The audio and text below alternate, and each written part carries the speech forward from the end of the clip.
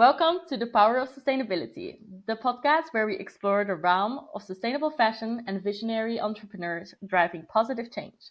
In this series, we sit down with business owners committed to creating sustainable fashion that prioritizes people, the planet, and ethical practices. Today, we're thrilled to have Leonie, the owner of IGGI Studios, here. Hi. Hello! Hi, How how are are you? I'm good, thank you. How are you? I'm good too. I'm good.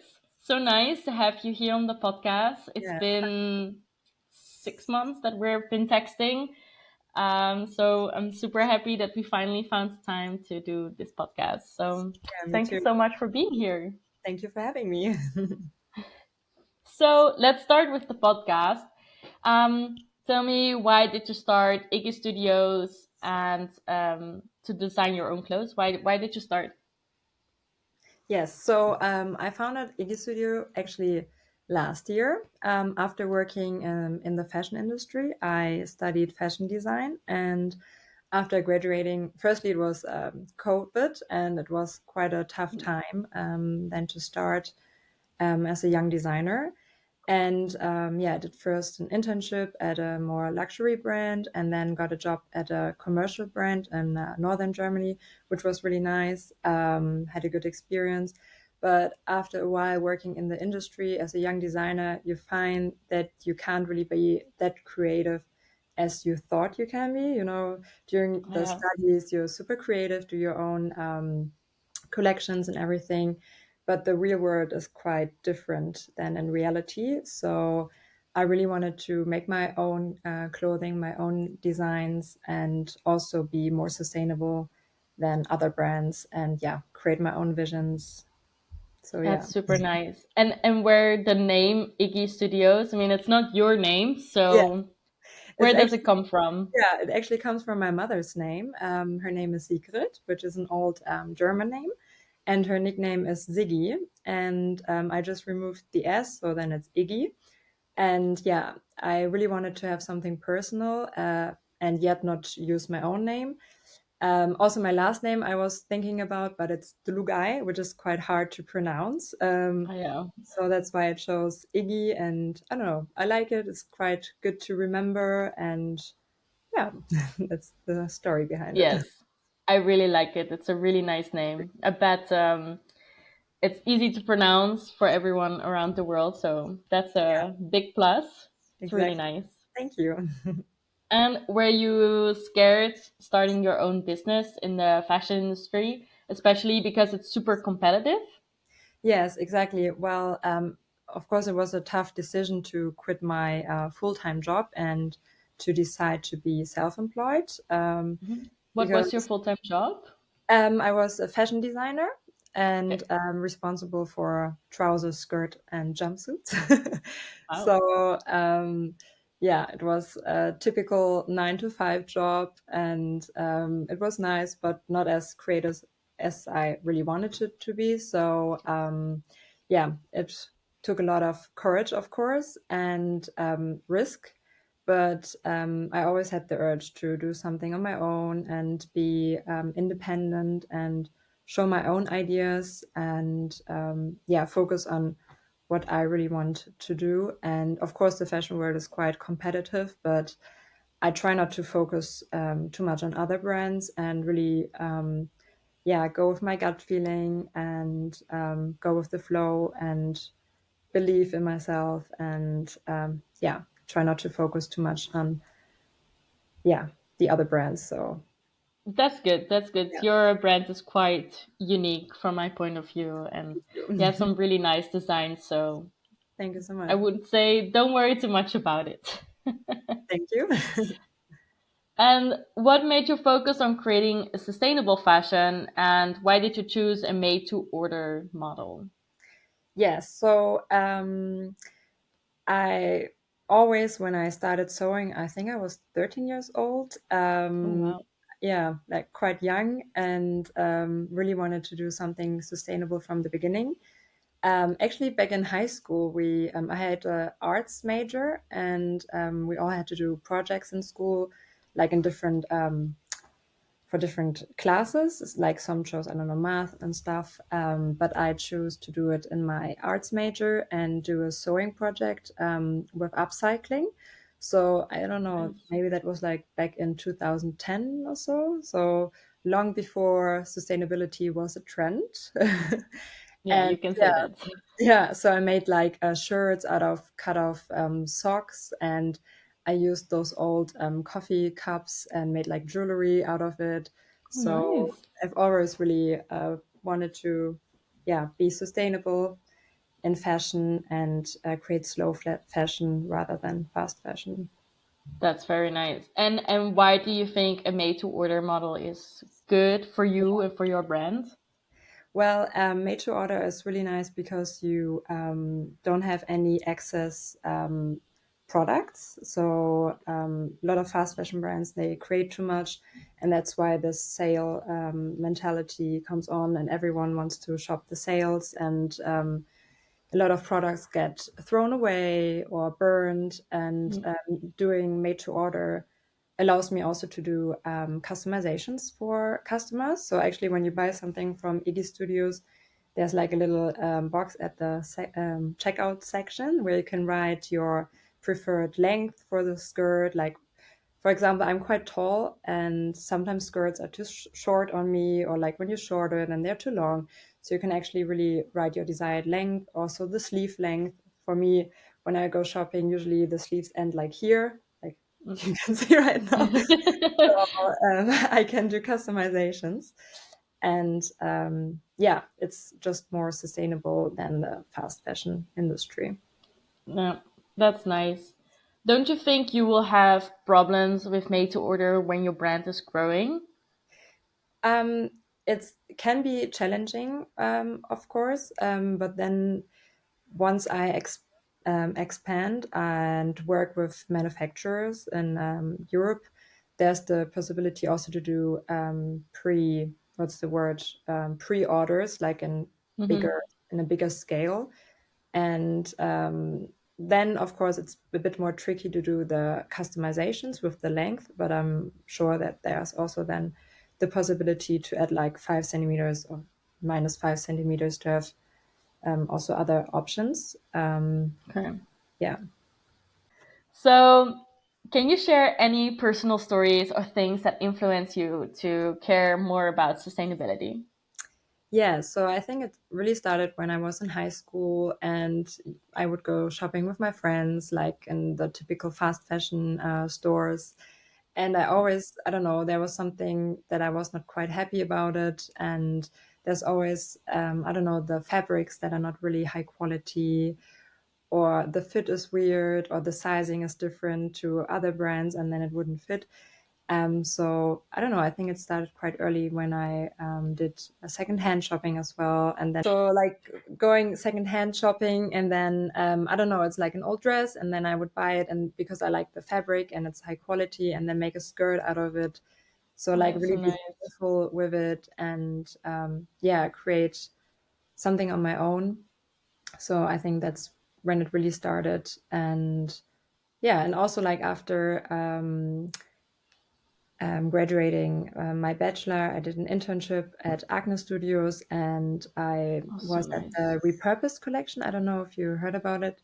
That's where they use their No, own. Yeah, that's where they use their own dead stock fabrics from their past cool. collections and create something new. So I think maybe that also influenced me, and yeah, because it's really good to use what you already have rather than sourcing new fabrics, which are, I don't know, not high quality. Definitely true. True. Yeah. So when you create your own brand, your own garments, how do you make sure that the materials you choose are good for the environment? And why did you choose to use leftovers? Like, do you think that the quality is good? Yeah, so I'm not just using any leftover fabrics. I have a few suppliers who, yeah, only have luxury leftover fabrics. It's quite cute. I have a really local supplier here also where I live, and it's really a personal relationship. And he shows me what fabrics he has left over and tells me the brands. He buys them in Italy, for example, and then imports them. And yeah, luxury brands usually really use better fabrics for sure than any Yeah, fast fashion brands, because their price point is a different one. So yeah, I'm really testing also the fabrics before I use them for my collections, and that's nice. look that it's natural fabrics as well. That's really nice. So, for example, when you buy that stock for a dress, let's say, how much do you buy, or do you just buy the whole roll that's left? Yeah, it really depends. So so for my newest collection, there's like this really cute pale pink fabric Oh, from yeah, a nice I brand. love that And one. yeah, and it's made out of like I think 50% silk and 50% wool. And I don't know, it's always like a feeling that I have that it can be very successful or like a really nice piece. And sometimes it's only a few meters left, sometimes it's more, and sometimes I'm lucky and I can go back and buy more. But for example, last year I had my most successful piece was a yellow skirt. Oh That yeah, I love that one. yeah, I really love that one. yeah, it went very viral actually. I was quite lucky, and I love this color as well because it's quite hard to find also. And yeah, unfortunately, there were not any meters left of this fabric. So at the moment, I'm sourcing to find a similar one, or maybe it can come back. That's also possible. But that's the Hmm. tricky part about buying that stock fabric, that it's limited. Yeah. But that also, I don't know, emphasizes that fashion, I don't know, can also be limited or not, like this excess consumerism mentality that everyone has, and that it's a conscious choice, and that when people see my pieces, that they know that it's unique Yeah. and limited and not, I don't know, 100,000 pieces of each. So yeah, Yeah, I really like that. I like the vision of that. It's really nice. And you should definitely bring back the yellow skirt. I I really like try. I it. let you know. How does Iggy Studio follow circularity principles, and what do you do, for example, when you are done with the product? Do you have like a recycle program, or do you stimulate recycling, or is there anything on that point? Well, as I just started, recently, and I really put a lot of emphasis on my quality, and I just started last year. There hasn't been, I don't know, the need yet to do Yeah. some recycling because the pieces are still intact. So, but of course, that's very important that you have a good customer care also. And when people would write me, I would, of course, yeah, give like a warranty and or like help to explain how to repair it, because usually it's like quite easy to repair clothes even Mm-hmm. on your own, and educate about it. And but yeah, generally to have the made to order principle is very good for circularity, and using the dead stock fabrics, and to have, I don't know, like the possibility that someone can have alterations and like really customized um, to your own measurements, brings also a longer life, I think, to the garment. And also because you have to wait usually 1 to 2 weeks till you receive your piece, it brings more value, actually, I think, to the garment and to the craftsmanship of creating Mm-hmm. clothes.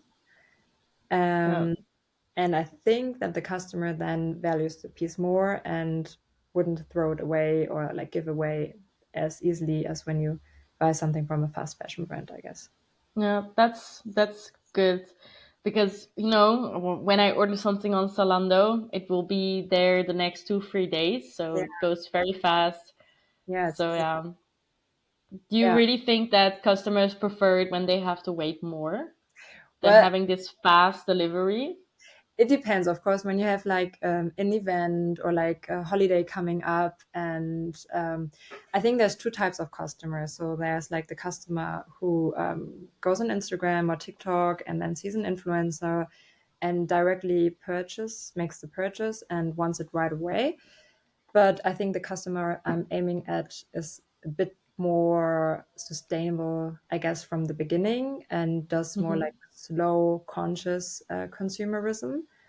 And I hope, of course, that even like more and more people will also buy this way and consume this way. And I don't know, what I heard from other customers is that they actually have this, what's the word? Vorfreude, what's it in English? Like they're more excited about it, I would Yeah, suggest. yeah, and it's like more a story behind it Hmm. of the garment, and they know that it's especially made for them by me, and not just like any sweatshop worker, and they can trust that it's ethically made and sustainable. So yeah, it's a different way of shopping for sure, and I think more and more people enjoy actually to wait 1 or 2 weeks to have it. Yeah.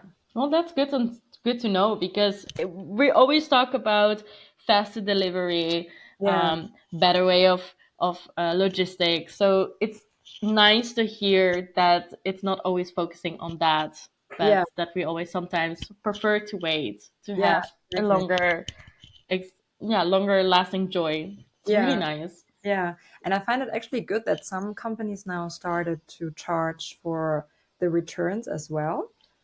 And I Yeah. think it's a good development because it brings more emphasis, not to just like order and then try it on and return it anyways because it's free shipping.